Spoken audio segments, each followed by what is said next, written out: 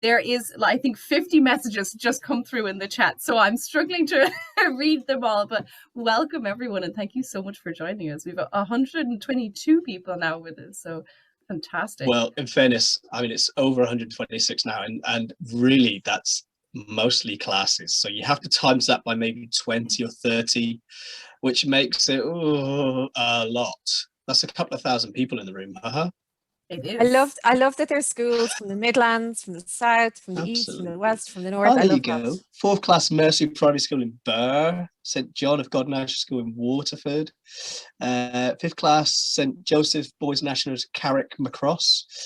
They're just from everywhere, which is fantastic. So I'm going to end the poll in 5, 4, 3, 2. Last chances to get your answers in. End polling. So 3% from Kerry. You can hit share results there, Dean, and then I'll hit share results. Yeah, I think it's on the bottom. Okay. Yeah.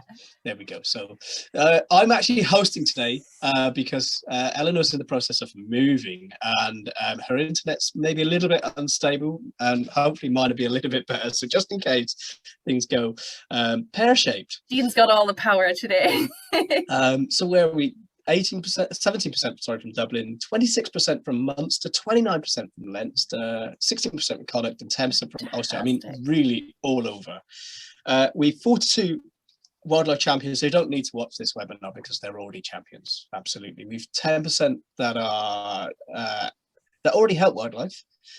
So kind of they're champions already. And 48% want to learn more. So Máiread, happy days. We're going to be do my best. You're in the right place anyway. So I'm good hands. I'm just looking at these results saying that like 42% are already doing it. I can see schools putting together little groups of wildlife champions in their schools from all of you guys who are wildlife champions and will be after today. And you're going to have all these amazing ideas. So I think you should put together a new group in the school and go do it.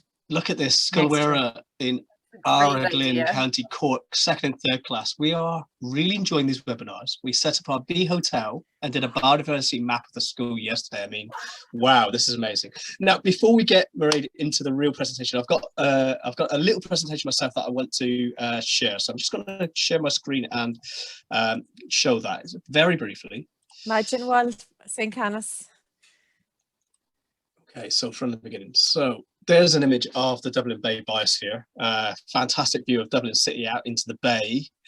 We're lucky that we're one of the very few number of biospheres that are within a capital city, which is amazing. So this series, which we were just saying, which is coming to an end, this is the last part in the primary school webinar series, but you can watch all of these webinars and all the homeschool webinar series on the Kerry on the Kerry YouTube channel.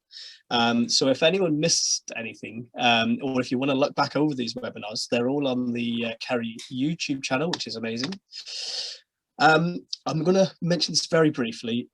This is a program that we're launching next month with a minister. Middle early part of next month, so I don't really want to say too much about that, but this is an opportunity for you all to prove your champions. So the Dublin Bay Biosphere Award, I believe there's going to be other awards in the near future. If you are really interested in nature and you like writing, there's a competition that ourselves and the Kerry Biosphere are running. It's a nature bloggers competition, so we're asking you to write about your experiences in nature, maybe a little bit about either the biospheres in Ireland or any of the other biospheres around the world, maybe some of the wildlife that you can find in our biospheres. So a little bit about your connection to nature. And there's 4 categories, different age categories, some fantastic prizes. And this is an international competition, actually, because there's 3 biospheres in the UK that are also running this competition. And we're going to get a grand champion from all the biospheres, and I hope that grand champion is from somewhere in Ireland. I'd love for them to be from Dublin or maybe Kerry, but actually, if they're from Louth or Donegal or Waterford or Cork, that'd be amazing too. So get your blogs written, send us your blogs, so either at info@dublinbaybiosphere.ie or the Kerry Biosphere email address, which I know Eleanor was sharing a post series email. And we'd like to learn about your experiences of our biospheres and your experiences of nature. Maybe you could be our grand champion and have your blog read out at a UN event that's taking place in Glasgow or Edinburgh? Edinburgh later this year. Moving on. Okay, so that's the end of my sharing. Just a little whistle stop thing there. Eleanor's come back on speaking, so I think you want to say where they can get involved in the blog. Yes. So just for Kerry, you can email kerrybiosphere@skdp.net. And we do have a Facebook page, an Instagram account, and a Twitter. And if you message any of those, you'll get in contact directly with me. So if you have any questions, just send them in wherever you find the Kerry Biosphere. The message will get through to us. And it's the same for Dean, I think. So wherever you see the Dublin Bay Biosphere, send a message if you have a question, and we'll get back to you. Fantastic. So now to the main event. Máiread, you're going to be basically telling us how we can be wildlife champions. I can't wait. I can't wait either. I know, it's great. I have to say, everyone has been amazing so far, and the feedback from all of you students out there has been wonderful. So I've really enjoyed this. Okay, let's get going. So we've talked about seashores. We've talked about the kinds of wildlife we have around us. We have talked about how to do some arts and crafts. Today, we're actually going to talk about some serious stuff, what you can actually do in your schools, in your gardens, in your communities, okay? A little recap, a little reminder about what we have around us. We've talked about most of these, and I've thrown in a few little extras. The little shrew at the bottom, do you see him? Do you see that? He's a little insectivore. I never mentioned him before. The pine marten, he's a wonderful guy. He's an omnivore. He's on cotcron. We've got all these wonderful animals around us, okay? So what can we do to help them? Okay, best thing you can do, let the grass grow. If everybody left a little bit of grass to grow long, we would be doing an amazing thing for wildlife. Because you remember we said queen bumblebees, they hibernate in long grass. All our lovely butterflies, the caterpillars eat long grass. Insects live in long grass. Little field mice move through long grass. You can mow it at some point, but just don't mow it yet, okay? Because our lovely little animals need long grass. And I understand if you want to have it nice and neat, but make sure you just leave a little bit along the edge. And that's a great thing to do. Do you remember I talked about our little solitary bees and nobody knew what they were? 77 species of them in the country. The most common kinds of bees that we have. They live on their own. They're solitary. Because they're our most common kind of bee, we really need to do something to help them. So, give them somewhere to live. They like hollow spaces. So, you can put up a wooden block. Do you see this? And teachers, you'll be given this presentation afterwards. The link for all of these resources is included in the notes page for all of these, okay? It's really easy. Bits of old blocks of wood that you've lying around. Drill a hole in them and put them up and you will get little solitary bees moving in. Put up some bamboo. Do you remember last week we used bamboo to make part of our insect hotel? Okay, you can literally stuff bamboo anywhere. And you'll get little guys. And there's little solitary bees called leaf cutter bees. And they will actually cover up the front of the bamboo with leaves. So they make a little door for themselves. When you've got an old stone wall, this is especially true for teachers and adults. Don't block up all the little bits and pieces of it with cement if you see little holes starting to form. Because look, these little guys will move in. And of course, we love our blocks with the bits and pieces of holes and broken blocks. Put them all out in the garden and our little solitary bees will move in. We love our insect hotels. I'm so delighted some of you schools have made some insect hotels. I will say one thing. There's just one thing kind of to remember when you're making an insect hotel. Put a pitched roof on it. Don't have a flat roof. Pitched roof means like that, okay? Like slanted. And the reason is that the rain will basically run off it and won't get everything inside all soggy. And you see all these insect hotels here? You've got a simple one. You've got a really complicated one. They all have one thing in common. They're full of things with holes. Do you see that?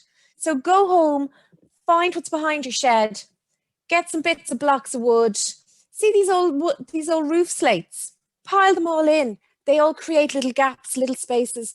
It's not just our solitary bees, our spiders, our snails, some butterflies actually hibernate. All our insects need little spaces. Anything with holes, shove it into the insect hotel. Don't use cardboard. Don't use the center tube of paper towels or toilet rolls. When it gets wet, it rots and it can spread disease. So it's really easy. You reuse whatever you have lying around the place.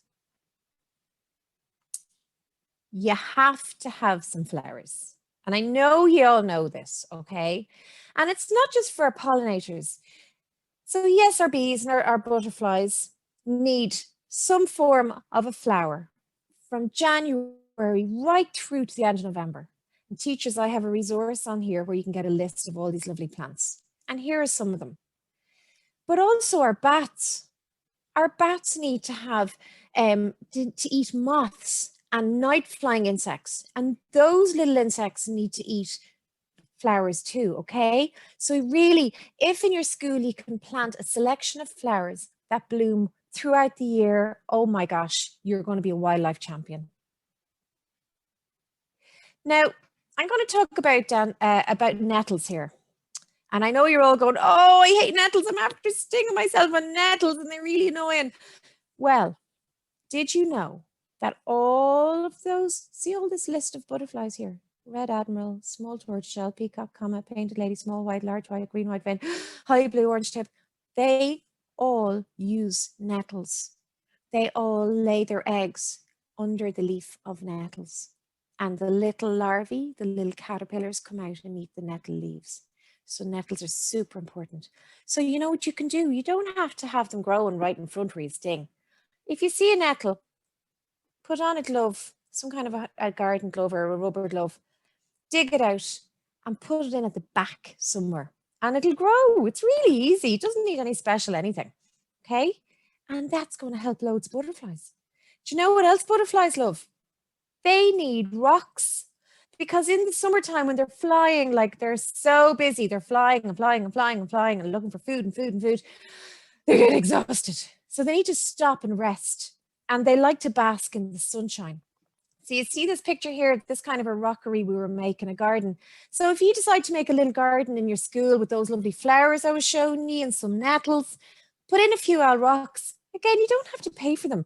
Just, you know, like some of your parents might be working somewhere where there's a work yard or something. Ask them to go and look for some broken rocks and bring them home, shove them in here, and you'll get beautiful butterflies basking on those rocks in the summertime. It's very easy. Different birds need different kinds of food. And this is something we tend to get wrong. People say to me all the time, Máiread, I can't get any of the nice birds coming into my garden. What's going on? And I'm like, you're not using different kinds of bird food. So I'm just going to show you a lovely little video to show you the kinds of things, the kinds of foods. Okay, for birds. Now, which one is that? Birds, here we go.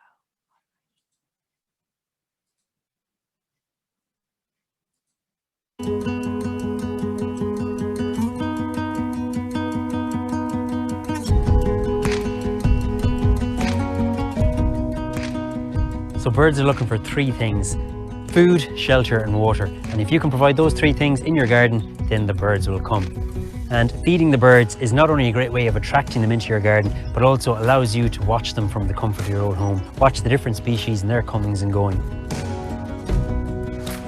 It's important to provide different food types for the different species. Some like peanuts, others the seed mixes with sunflower and Niger seed. And also as well, you can use some scraps and some food from the kitchen like porridge oats. Also apples, really good food source. And species like blackbird, blackcap love apples. Some important tips to remember when you're feeding the birds. Firstly, you can place the feeders close to where you can see them, so the back window or the front window, and that means you can keep an eye on the different species coming and going, but also you'll be able to tell when the feeders run empty and you need to go and fill them up. And as well, it's really important to keep a consistent food source, so to feed the birds regularly. And that's because once they start to rely on this food source, it's important to keep it up. As well, good to position the feeders and the food close to where there's some cover, trees and hedgerows, so that the birds have some cover close by that they can come and go from the feeders. And as well to make sure that you keep the feeders away from cats and from other potential predators. And really important as well, it's good to move around the feeders from time to time so that they're not in the same position for a long period of time, which means that droppings can build up on the ground underneath the feeders, and obviously some food will be knocked down and birds will be feeding on the ground, and if they're coming into contact with the droppings, that can spread disease between birds. So as well as feeding the birds in your garden like this, you can also provide them with a natural food source, and that's by having native berry producing species in your garden, the likes of holly, hawthorn, rowan and ivy, and they produce berries in autumn and winter when a food source for birds is vital. So if you have suitable trees, hedgerows and shrubs in your garden, that's already going to provide shelter and suitable nesting sites for a range of birds. But you can also give them a little bit of an extra helping hand by providing nest boxes in suitable sites. And these are examples of some of the nest boxes that you can put up. And it's important to be familiar with the type of nest box and the species that it's targeted for, and know where best to site them. And also to be very careful to keep them away from disturbance and from potential predators like cats. So this nest box is for one of our commonest nesting garden birds, and that's the robin, and other open nesting species will use this. This is for house martin, and they'll build their mud nest on this platform, on this base. And then many of our species are cavity or hole nesting, and this is replicating that, and this is a perfect nest box for blue tit. And this small apartment block, multi-layered, is for house sparrow, and they actually nest communally. So the three of these can be occupied at the same time for house sparrow. So when it comes to gardening for biodiversity, one of the most important things to remember is to work with nature and not against it, and just let nature do its thing, and it will happily do so. And that may need a little bit of changing of mindsets and a move away from gardens that are prim and proper and tidy and manicured to more wild and wonderful. And we should judge a garden less so by how tidy it is and more so by the diversity of wildlife it supports. So a lot of you knew that already, because we've kind of covered some of that, but that is something to remember, is different kinds of foods for the different kinds of birds. And I tell you something, if you put up sunflower hearts, you can get all of this stuff in pet shops. Sunflower hearts and Niger seed, you're going to get an amazing selection of birds coming. Now, one of the other best things you can do is put in a pond. It doesn't have to be a huge pond. So I visited a school in Ballymun, and Mary, if you're watching, hello. They put in a kind of a bathtub in their school garden, and oh my goodness, it is full of tadpoles every single year. It is amazing. So it doesn't have to be fancy, but there's a couple of things. This is a picture I took from school last week. So guys in Bayside, if you're watching, hello as well. And so to see this here, it's an air kind of a filter to keep water nice and fresh. So they're actually going to take that out of their pond. And can anyone tell me why? Exactly. Because imagine if there's little baby tadpoles in here. What happens? They get all sucked into the little filter. No. So this is something that people don't think about. So if you're going to have a little pond, don't put in the filter, okay? But you can plant beautiful flowers around the edge, water flowers like these along here, okay? And again, teachers, the resources are in this presentation for afterwards. To see here as well, we've got rocks, or should I say the school I visited had rocks. They're amazing because the adult frogs will snuggle in here and they'll jump out onto these rocks. They'll move around under the ivy and in the grass. So this is a really great pond, okay? It's good for everything. Ponds are great, not only for our amphibians like our frogs and our newts, but insects. A lot of our insects start, and a lot of you will have done pond dipping before, where our beautiful caddisflies or mayflies or stoneflies, they all start as babies in the water. These insects then become adults and fly in the sky, which are eaten by birds and bats. Our lizards will hang around in these rocky edges and they'll drink from the water. Our hedgehogs will come at night time and drink from the water, as will the foxes and badgers. Now, however, we have to remember that some of these little guys might fall in. So we've got to give them somewhere to climb back out again. So do you see there's a little rock right at the edge? Okay, so they can climb back out if they fall in, or you can put in just a plank of wood or something like that. So it doesn't even have to be as big as this.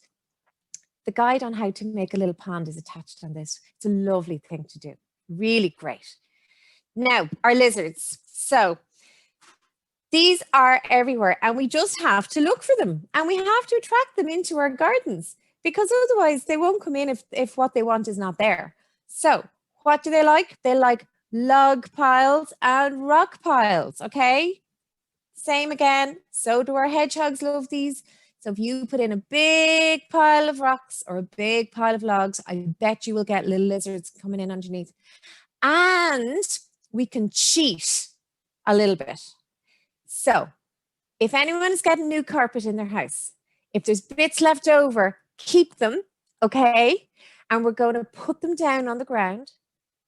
And ideally, we're going to put them down on the ground kind of between two habitats. So between a hedge and grass, or between a rocky wall and grass. Do you understand? Between two different kinds of habitats, we put the bit of carpet on the ground. Or we can put an old sign that we found lying around, put that on the ground. You get the picture, something kind of square that just sits on the ground. Because these little guys will go in underneath it and they snuggle in underneath it. And then what we can do is check, not too often, because otherwise we'll scare them away. We lift it up like this girl is doing, and our little reptiles would be in there. Remember at the very start, I showed you a video of the lizards from Bull Island, and the guys were putting down the rubber matting and they found the lizards underneath. So all of that is available on the YouTube videos on Kerry Biosphere YouTube channel. Okay, our hedgehogs. Our hedgehogs are in trouble, guys. And you are going to be their champions. Okay, so this is what we're going to do. First of all, we're going to give them a home. So a pile of leaves in the corner. Okay, they want to get in under piles of leaves. So your job is when leaves start falling and you see your school gardener starting to tidy them all and throw them out, you're going to say, hold on a minute, we're going to make a hedgehog home here, please. We're going to gather up all the piles of leaves and put them in a corner with some maybe branches and twigs on top of them. And our little hedgehog will go in underneath there. I've shown you a picture here of 2 compost bins. These are good ones because sometimes people can be a bit worried about putting in compost bins, okay, for different reasons. So these kind of chicken wire ones are good teachers, okay? And you fill them, you can get your gardener, school gardener to put the leaves in. Then, you see I've drawn a red door? You're going to get somebody to cut out a doorway here, cut out some of that. And guess who's going to go in under the leaves? The hedgehog. And you can watch, it's also really interesting. This pile of leaves, this picture was taken in November 2019. And the following June, the leaves had decomposed right down into the ground. So do you see the way there's only half the leaves there because they had kind of composted into the ground? Isn't that really interesting? So the other thing we need to do for our hedgehogs is create a hedgehog route. They can't get from house to house when there's walls between all our houses and they need to travel at nighttime. So we put in our little pathways. Talk to your neighbors. Okay, do you see here? They put in a ramp so you could get up and over the wall. They put in a little doorway, and I'm going to show you something cool. Okay. Where is my hedgehog?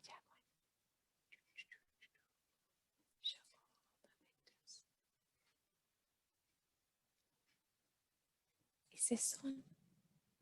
Is this one here? Hedgehog. This is the one. Okay.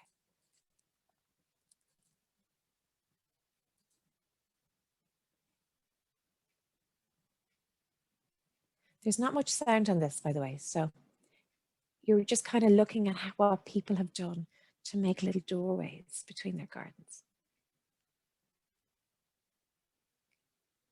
I don't know why there's no sound. There just wasn't. It's just kind of following the text. They put in a night cam to see, did he use the little route, okay? Aren't they gorgeous? There he is. They put down some dog food or cat food. Now watch.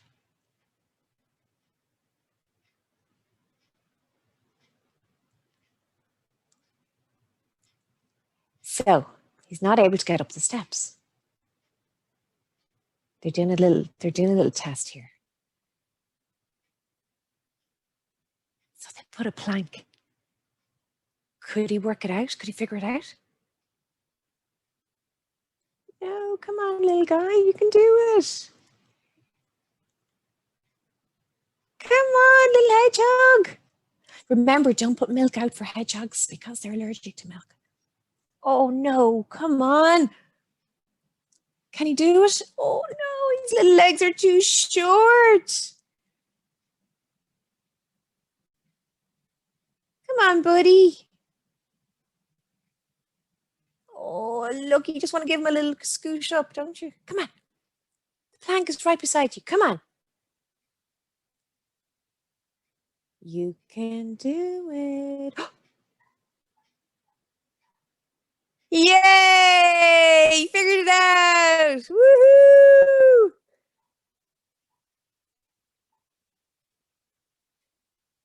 And I think they put food. There he is. There's the food. Now, you see? Isn't that gorgeous? So that's a really important thing to remember with our little hedgehogs. They actually need a little bit of help getting around our gardens, okay? So planks and holes, but make sure you ask your neighbors first, okay? Okay, back to ponds again. We're going to talk a little bit about our frogs, because do you remember I said before, they are really in trouble. We are losing loads of our frogs because we're losing all our wetlands and our ponds. We're building on everything and we're draining everything. It doesn't have to be anything fancy, okay? So again, they like compost to snuggle under. They like log piles. You cannot do anything better than putting in a log pile, a rock pile, a compost heap, and a little tiny pond. See, this is an old sink. Okay, I'm just going to show you a very short bit of this because I don't want to overpower you with loads of videos. And there's that. Is that the ponds?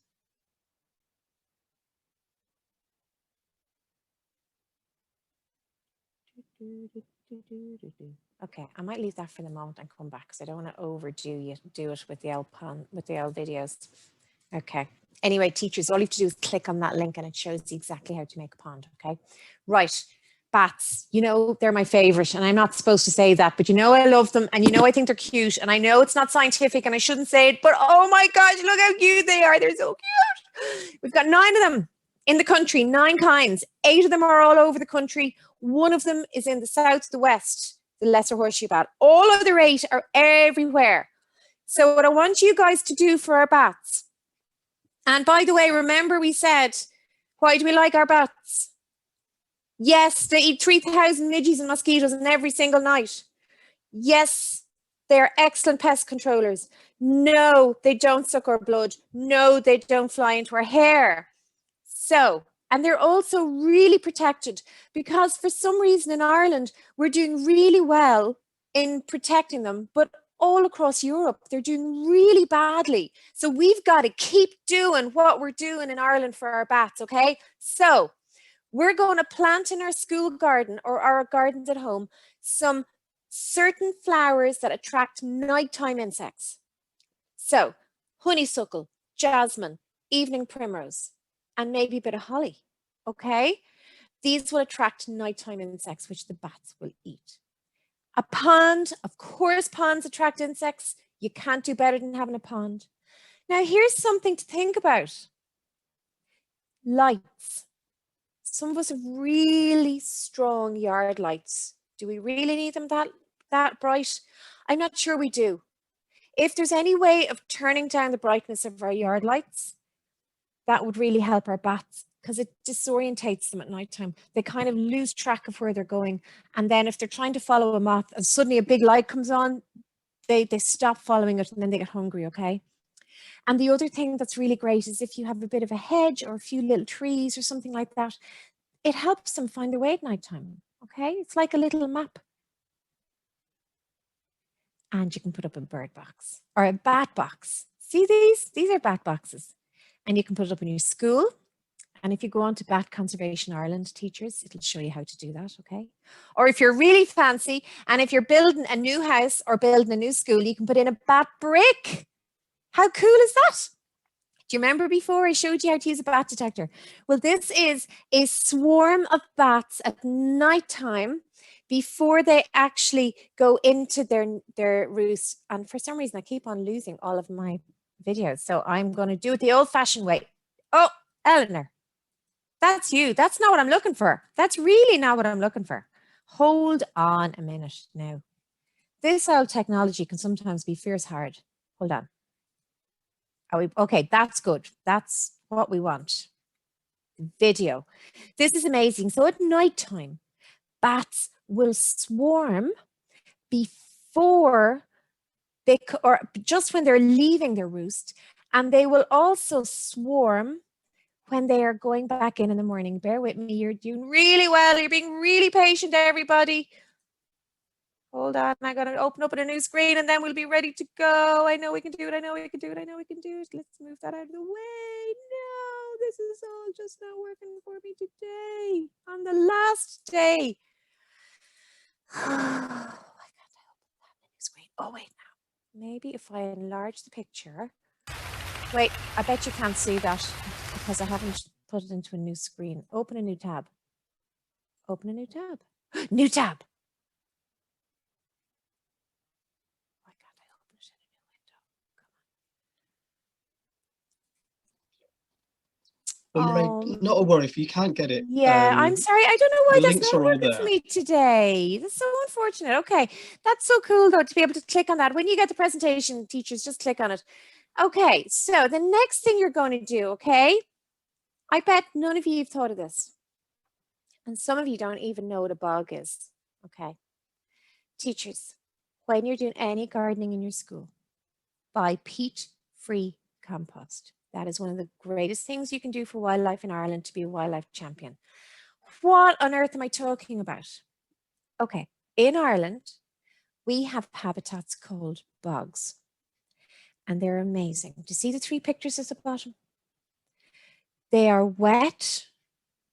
They are full of beautiful pools of water. They are full of all this gorgeous moss called sphagnum. See all the colors of the moss? They have these amazing little plants called sundews, which are insect eating. It's amazing. If a little insect lands on those little plants, they go and they eat the insect. It's amazing. Loads of special wildlife live in bogs. They are carbon sinks. They're really important for climate change. They stop carbon from going into the air and they absorb water, so they stop flooding. They're like sponges. What is happening is that you see all this beautiful spongy stuff and all this water. We're taking all that off bogs, and underneath is this brown stuff called peat. Okay. And we have been using that as compost in our gardens. So you can buy peat-free compost, which means that this doesn't happen. And we get to leave our beautiful bogs alone. Isn't that a nice thing to do for wildlife? Lidl sells this for $3.99 a bag. So it's not fancy and it's not expensive. So it's just a little thing to think about, okay? Okay. I know that Dean was talking to you a little bit about the Nature Bloggers competition. This is something really nice to do. And I know you're saying, what's that to do with being a wildlife champion? Well, it is relevant. And the reason is, it means you're going out into nature and you're looking at what's around you. And that'll help you figure out what you need to do. So if you see a lot of birds, or maybe you're not seeing a lot of birds at all, and that'll make you think, maybe I should put up all the different bird feeders. Maybe I should put up some nest boxes. So writing this Nature Bloggers piece and entering the competition is going to open your eyes to the nature that is and isn't around you. And you can use some of the ideas that we've talked about today to help add to the wildlife that is around you. And then maybe you can write about that. If you're getting more bees, more butterflies, more bats, more birds. I know Dean talked about the Biosphere Badge as well. This is great. You don't have to be a scout, but it's so cool to earn a badge. And when you get the badge, you can sew it onto your blanket, your duvet, a hat. So if you're going camping, add all your badges to it, sew it onto your school bag. It's a real award for doing something good for nature all around you. Now, I'm going to just show you a very short little video from the very beginning. I'm going to go back to my first slide. You know, it's not just Eleanor's, it's having a little fairy today. It's definitely all of us. There's something going on. It's crazy stuff here. Okay. Marie, just on the award. Yes. Yeah, the Better World website, you can post your actions on there, or you can send it to the Dublin Bay Biosphere website, and we'll actually put that on our website. We'll have a collection of all the fantastic work that people are doing to help protect nature. Good. And yeah, we have all these badges to give away to people, but we can't really mention anything too much until it's launched next month. But these guys are getting a sneak preview. Good. I found my bat swarm video. Can I show it? It seems to just popped up. I can't wait to see it. I don't know what's going on in this computer today. Right, I found it. Can you see it? Can you see? Yay! Yeah. Woohoo!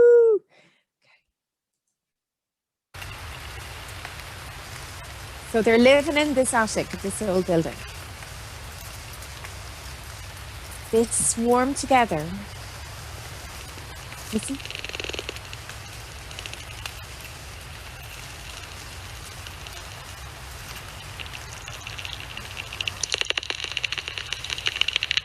You can hear that from the bat detector. We've got a message. Can you go full screen with that? Is that possible?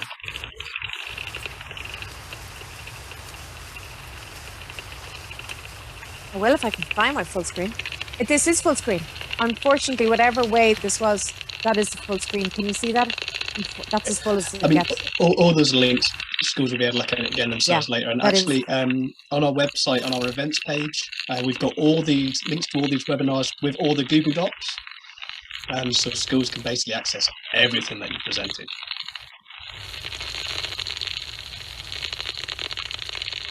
The reason that bats swarm, they think it's so that they talk to each other, and they really reinforce their community before they go off to eat for the night.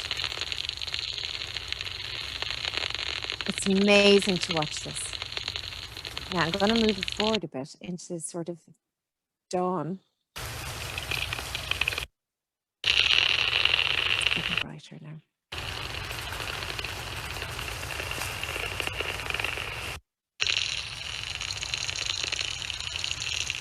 It's one of the most magical things you can actually witness. I think it's amazing if you ever get to see a bat swarm. And oftentimes teachers, if you follow Bat Conservation Ireland on your on Facebook or something, they will tell you when there's little walks. Maybe some of the kids can go as well.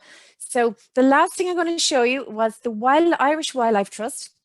It's not the same video I showed you before. It's just a little 1 minute reminder of what we have in Ireland. And it's just lovely. It's only 1 minute long.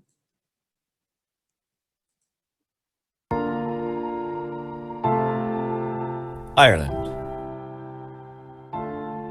Home to some stunning landscapes.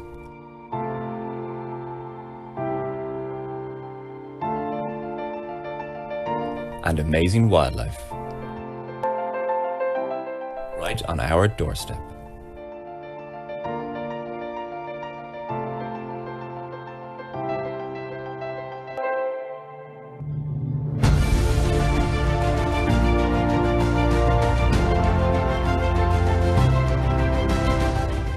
Our animals, plants and landscapes have been part of our culture and folklore for thousands of years.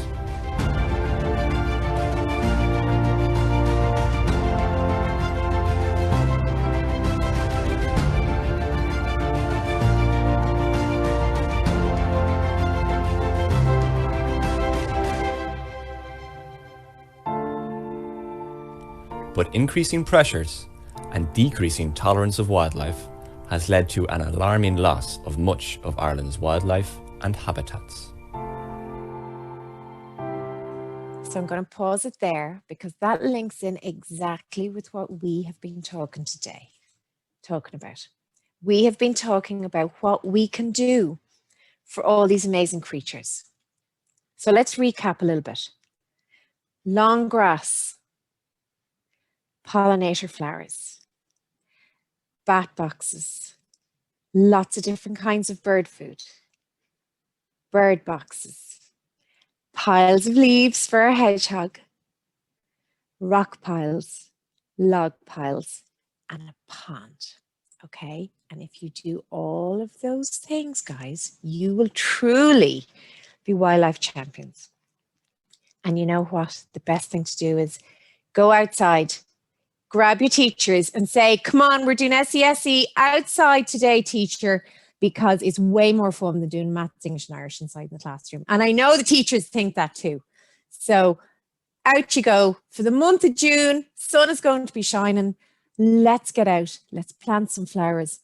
Let's see what we have and really enjoy what we have. So well done, everybody. I'm going to give a few minutes for lots of time for questions because we often run short at the end. And I just thought, because this is the last day, we'll give maybe 10 minutes or 15 minutes for lots of questions if you want to ask them. So what do you think? Teachers and students, start asking whatever you want to ask now. Well, we've a load of questions through already, so we may as well crack on. And yeah, there's the Q&A function at the bottom, so if you have any other questions, please fire them up to us. So we've questions here from 5th class in School Santrasa in Kilshan Row. If you put in a pond, when will you start to see frogs? That's from Jane. So you can start to see tadpoles the following year. It's extraordinary how fast it can happen, but you need to have a little bit of vegetation around the edge. So there's the list of those few plants. Do not buy Canadian pondweed.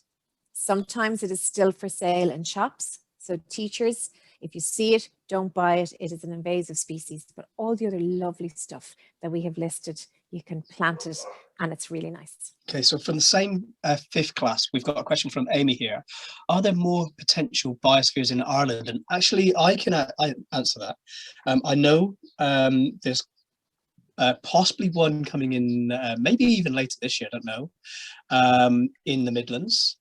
And there's talk of having a biosphere in the Mayo area. So certainly there are interest in having more biospheres in Ireland. Obviously, we've only 2 at the moment, but there's a lot of work that goes into getting a biosphere and getting that designation from UNESCO. But there is definitely going to be more than 2 in the near future. So watch this space. And then there's another really good question. This is from Lucy. How many types of birds are there in Ireland? That's a tricky one because bananas. Do you know what? Do you know what? It's exactly. So in winter time, we get 30,000 waders coming from the Arctic and Greenland and North America, from the very top of it to Ireland. And then they leave, and then we get summer visitors like our swifts and our swallows, and they're coming here now.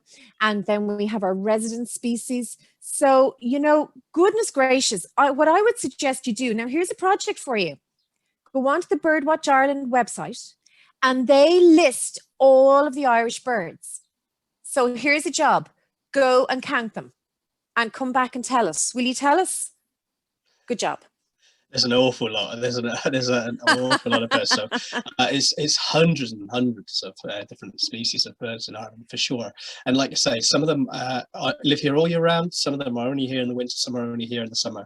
And actually, the Dublin Bay Biosphere are working on a swatch, which we're hoping will be launched again, probably towards the end of summer, I imagine, by the time everything's done. And that'll be focusing on key birds within the Dublin Bay Biosphere. So that's something to keep an eye on. That's going to be available through the Biodiversity Data Centre website. So Eleanor, have you got a question? You've been reading down through. I mean, there's about 50 questions now. There's so many questions coming in, so it's great that we have some extra time to get through more of them today. There are a lot of questions coming in about hedgehogs. Okay. So we want to know how long the hedgehogs live.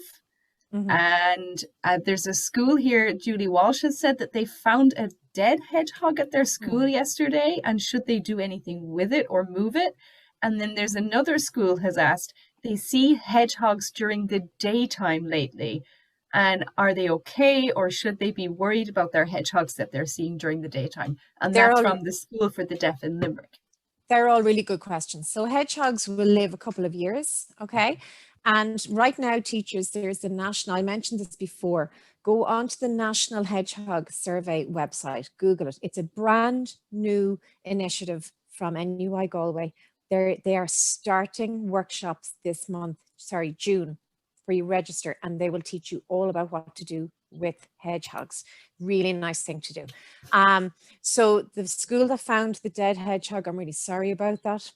It could have been, unfortunately, they could have eaten slug pellets.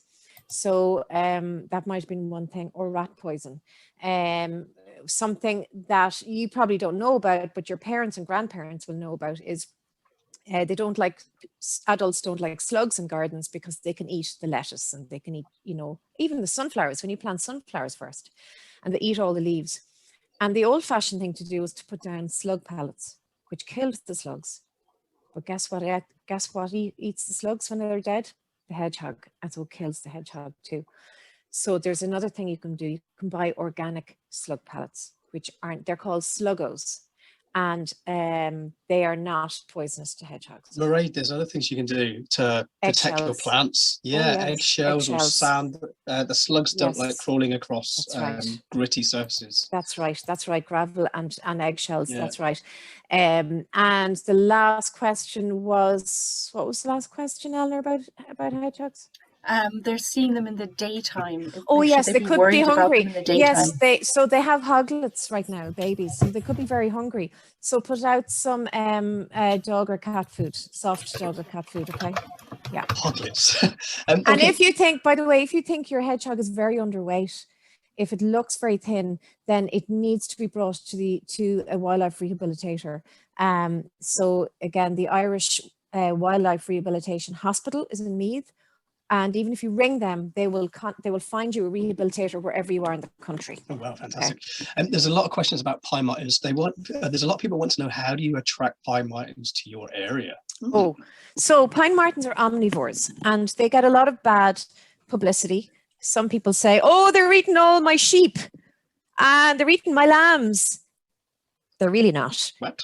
Yes, there have been news articles in the county where I am from, in the Midlands. I'll not say where. My mother has cut them out and sent them to me from the local newspaper, saying farmers are saying that they're eating my sheep and my lambs. They really don't. They are omnivores, a bit like foxes. So they eat small mammals. They eat birds. They eat. So what can you do to attract them in? They like cover. They like trees and hedgerows, because they are on cat cran. The cat of the tree is what they're called. They're not cats at all. They're related to the stoat. So really, vegetation, trees, and a whole mixture of foods. Where is the best location for a bat house, and how much is a bat detector? Good question. So, sorry, I have a hair and it's driving me crazy here. The best place for a bat house, bat roost, is up high, up towards the eaves of your house. Or if you do have trees, put them up high on your tree. Because they're very specific, bats are specific, and the temperature and humidity that they want in their bat house, we say put up a couple of them facing in different directions, so they get different kinds of heat from the sun. And you can, how much is the bat detector? You can get a cheap one online. I think maybe €50 or something like that. I'm not sure, but the kind of one that I showed you before, a very basic one. And Máiread's been looking, Eleanor's been looking all through the questions, so I think she's picked out some good ones. I have. So I just want to follow up on the bat questions a little bit as well, because there's a lot of interest in the bats. So there's one question about how do they make their nests? And then a few people have asked, how long do they live? And then how many different species of bats are there in Ireland? I think you did answer that in the presentation, but maybe remind us, because it's hard to remember all the facts. It is. We have 9, but one of those 9 is only found in the south and in the west, the lesser horseshoe. All the rest of them are found all over Ireland. So bats don't live in nests. They hang upside down. And they hang, they would originally like to hang upside down in holes in old tree trunks, but we're losing a lot of our old trees. So they will find their way into attics of old buildings or of your house. If there's a little tiny space, they'll just snuggle in up there and you don't even know they're there. And that's why putting up a bat box is nice as well, because they can actually literally hang out. Haha, see that? In the bat house. And how long do they live? So they are mammals. They could probably like us, so they produce young every year. I would say they could probably live for a good few years, maybe 5 or 6 years. Okay, Máiread, we've got a great question here from I think it's Etane, in 3rd class, Miss Houlihan's class. Who or what inspired you to become a wildlife expert? And I reckon you might be inspiring a few people now. So first of all, I never call myself an expert. That scares the life out of me. Oh, you sound expert to me. No, because when you say you're an expert, it means you know everything. And I would be the first one to say I don't know something, okay? I have an interest in wildlife. How's that? Do you know what? My Uncle Dan probably might have been the first person. So I used to spend quite a bit of my summers on my Uncle Dan's farm, and he loved animals. And I remember being a really young little girl, like 5 or 6 years old in my wellies, and I'd follow him around the farm, and without even realizing it, he was pointing out the cows and the trees. And I think that's where it started. My Uncle Dan. Yep. Very good. I'm going to sneak in and ask another one before Eleanor jumps in, because I've just seen a really good one. What do lizards eat? This is from Junior 3 at the deaf school. So what they lizards? Insects. Yeah, they've got big long all tongues. Insects. Any insect? Any insect. Ooh, cool. Yeah, they've got big long tongues, and anything that flies past or crawls in front of them, they'll eat it. I am going to jump onto lizards now, and we have Karen Cross round with 3 have asked how many lizards there are in Ireland, and there was also a question about how do they stay warm if they're cold-blooded. Oh, great answers, great questions. So we've 2 kinds of lizard. Well, we've 2 kinds of reptiles. One is the common lizard, which ain't so common, and then we've got the legless lizard. And he's only found around the Burren, so we don't talk about him too much. And he kind of looks like a big roly-poly worm, really. And he is invasive. He's not native to Ireland, so we don't really like him. But the lizard, the common lizard, is the only native lizard we have. The other guy, the legless lizard, is a non-native one that we kind of don't really want. So I suppose we've 2. Yeah. What was the other question? Was there another one? Oh, how do they stay warm? Oh, yeah. So they are ectotherms, which means they need to take their heat from the sunshine. So that's why they like stone walls, stone rocks. Do you know the way I'm always going on about rock piles and stones, putting them into your garden? Yeah, they bask on the stone. Okay, so if you grow your grass long, how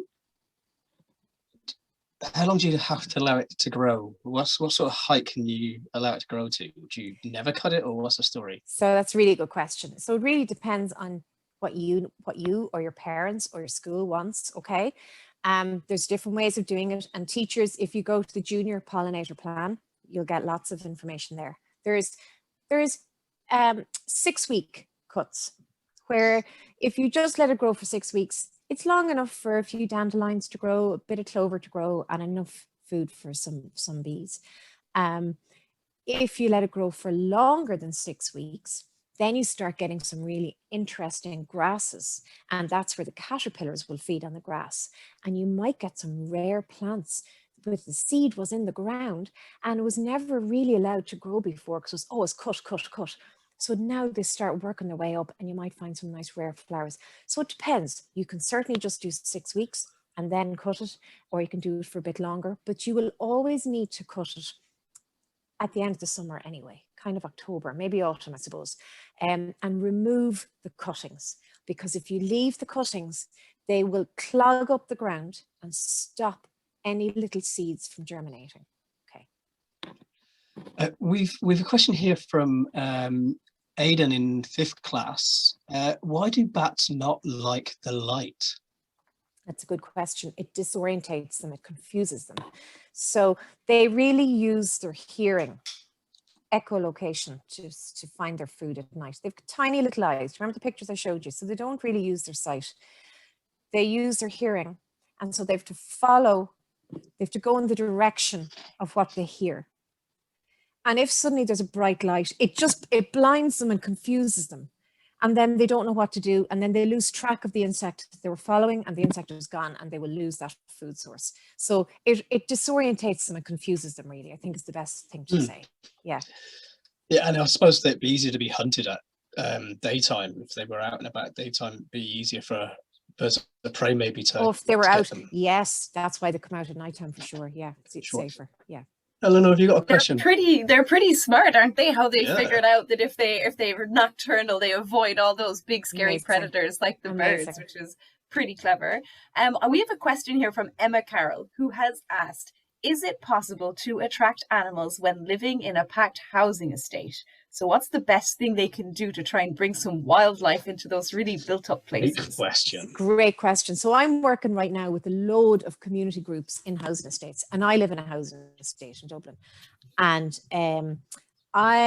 what I've done in my garden, which is very tiny, is I leave a small section of it uncut. Okay.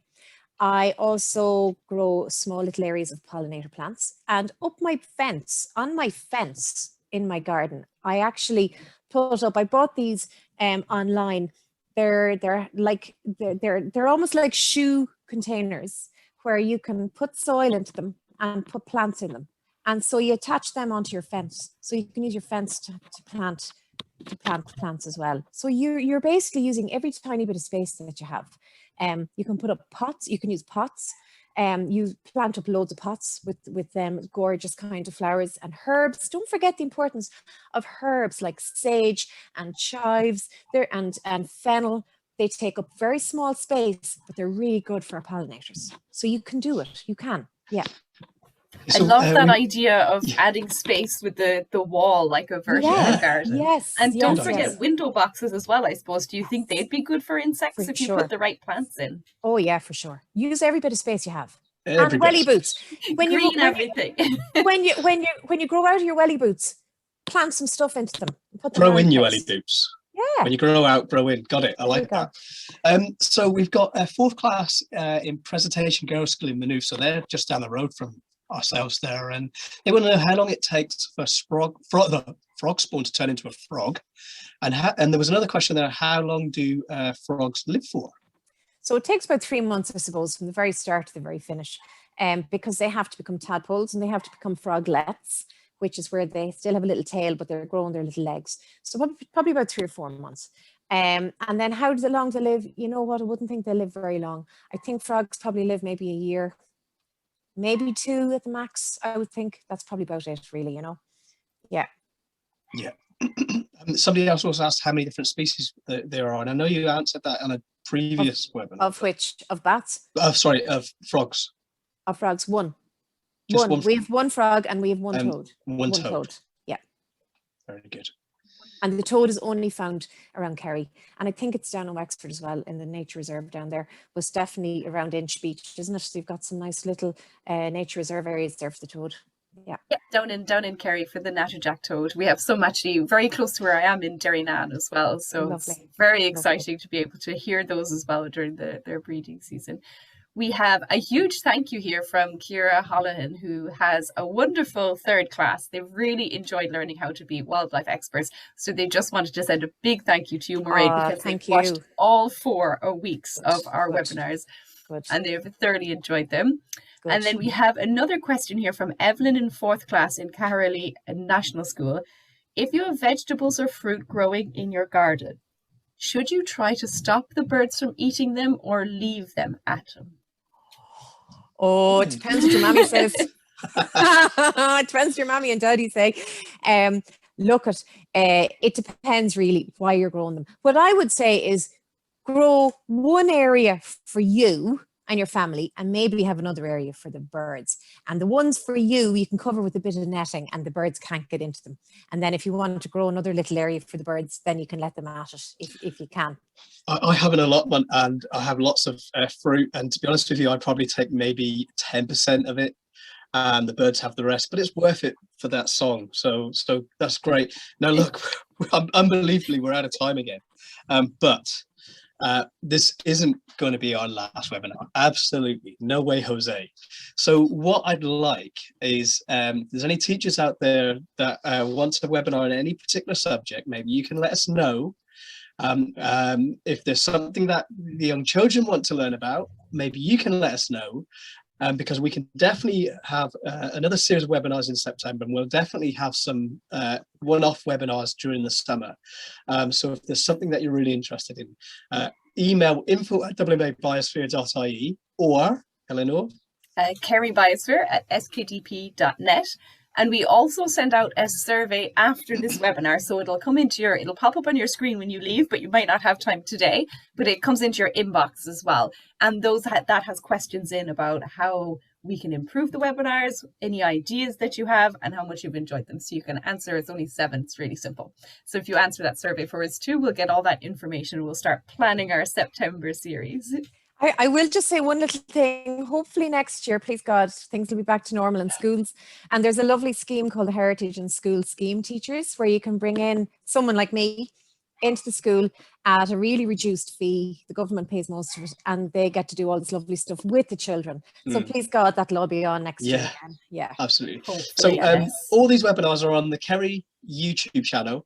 If you go on the Dublin Bay Biosphere website, like at the events page, you'll have links to the webinars, but you'll also have links to the Google Docs. So all the presentations that Máiread has been sharing, you will have access to them, and embedded in those presentations are links to all the videos. So that's a great resource for all the teachers, for this year and years to come.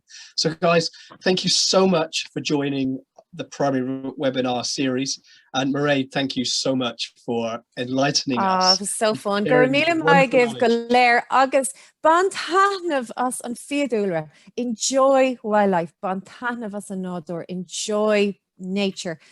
Go outside. Make the most of June. Grab your teachers and get them to bring you outside in June. Okay. Bye everyone. Gur míle maith. Slán. Slán. Slán.